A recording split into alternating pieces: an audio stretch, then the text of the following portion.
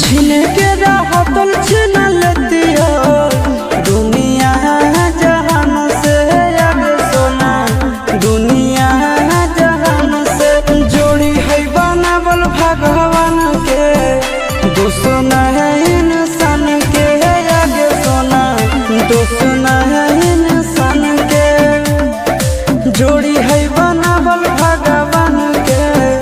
दुश्मन है इंसान के आगे सोना दुश्मन है इंसान के।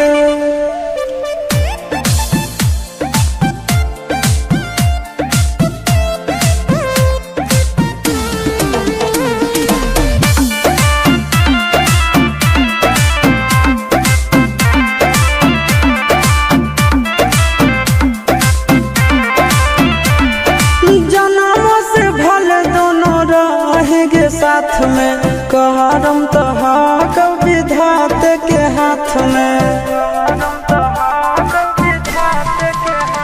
आगे जन्मों से भले दोनों रहेंगे साथ में करम तो हक विधाते के हाथ में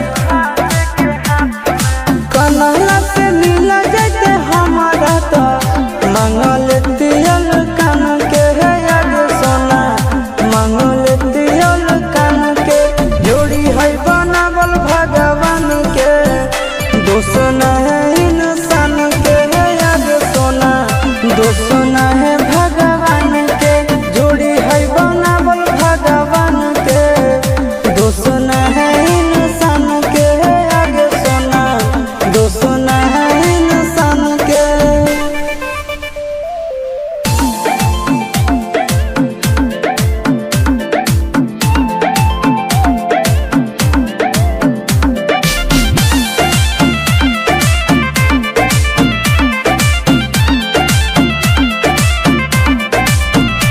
आगे तोर नहीं कसूर नहीं हमर कसूर गे दोनों के कैला का ऊपर वाला दूर गे ए सोना आगे तोर नहीं कसूर नहीं हमर कसूर गे दोनों के कैला का ऊपर वाला दूर गे